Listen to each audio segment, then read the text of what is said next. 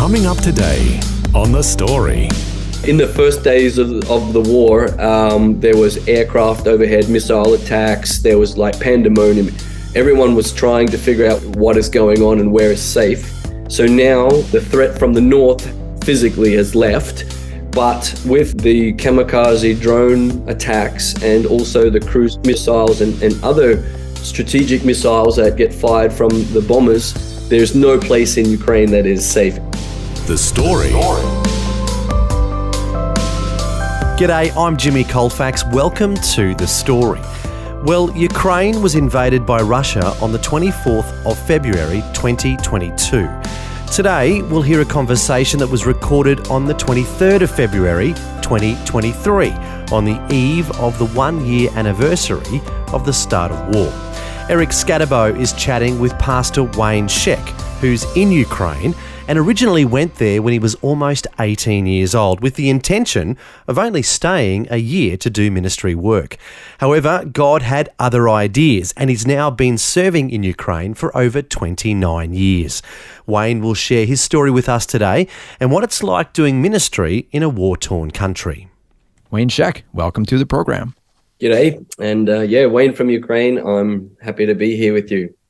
So glad to have you with us. And what is the mood in the country like at the moment on the eve of the one-year anniversary? Oh, mate, so many emotions at the moment. Mm-hmm. Having withstood a year now of what was supposed to be a 3-day invasion that was going to, be over in a couple of weeks, be a walkover. Mm-hmm.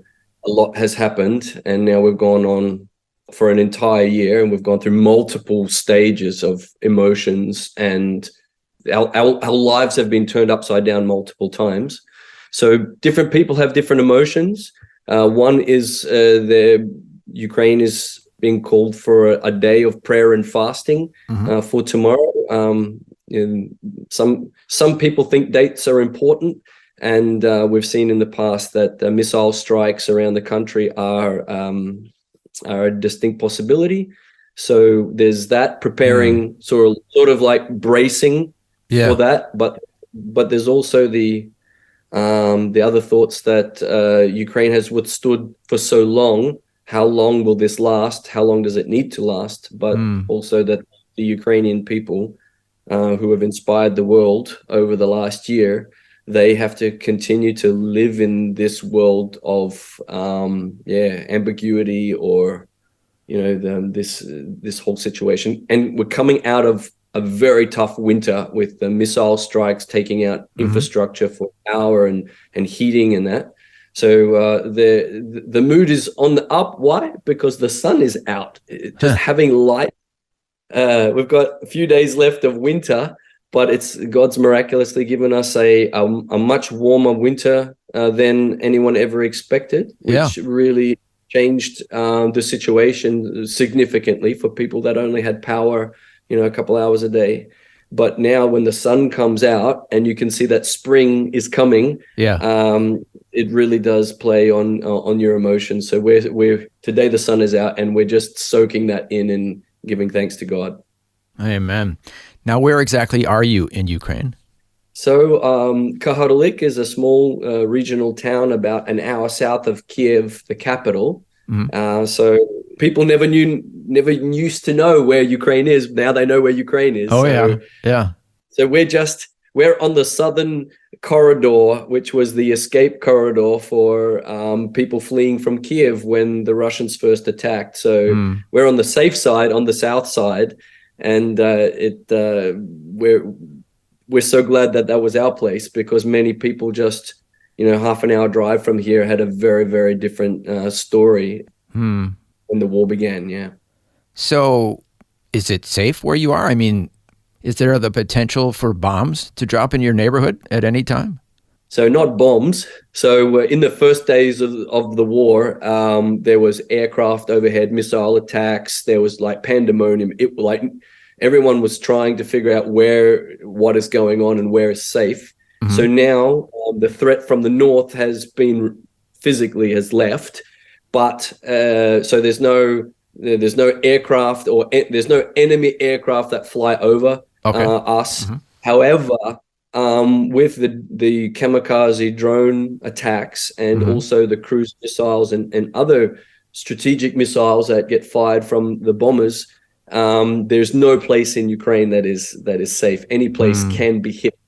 And so we, in our region, leading up to Kiev, where the drones would fly through, there are different corridors as they are trying to find the best way to avoid air defenses. So we do hear air defense systems working nearby, explosions. Sometimes it's a thunder of like a rolling thunder of missiles going off.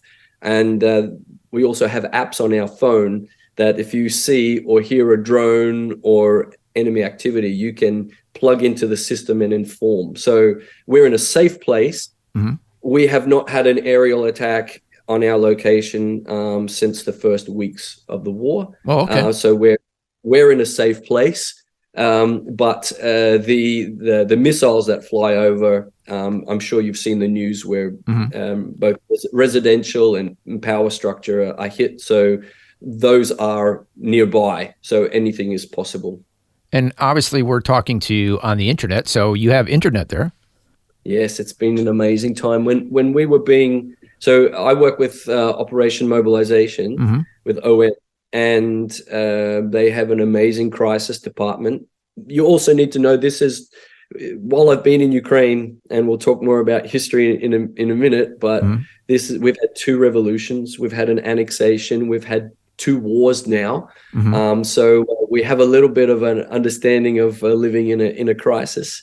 But OM has had experience for more than 3 decades in crisis areas. Many of the places that don't have vibrant communities of Jesus followers, they are places of crisis. So we have a lot of expertise there, and the crisis department was briefing us and preparing us in the lead up to the possible invasion, which of course the insanity actually did begin, and now we've been living in it.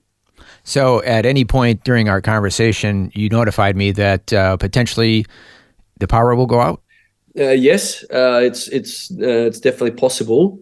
So many places around after a major missile strike, quite often the grid will totally turn off. Sometimes they do that preemptively. And now with the switching over of the power lines and other things, and of course any missile attack, we may lose our power. So just hang on there and we'll go and switch over to our hybrid solar system that God, he impressed upon me to install right before we finished installing it, right before the first missile attacks in October. Yeah. So some of the guys that installed the system are actually volunteers in the military, and on the side, they're trying to run their businesses. And the solar guys were able to get their act together and come and install the system. And then a couple of days later, the missiles came, and it's like, oh God, thank you so much. That having light and then having the internet is amazing. It really does add layers of comfort and of stability to your life. So in the lead up to the war, as I was saying, we were prepared, what will happen? What are the contingency plans? And we thought that logically they're going to take out the power stations, the internet, the banking, and miraculously that didn't happen. So for the whole year, basically, we've had the internet. If you can power yourself, then we've been able to communicate with the world. Oh, that's great. That's worked in Ukraine's favor, and it's also worked in the Christians' favor and anyone trying to do something in the country.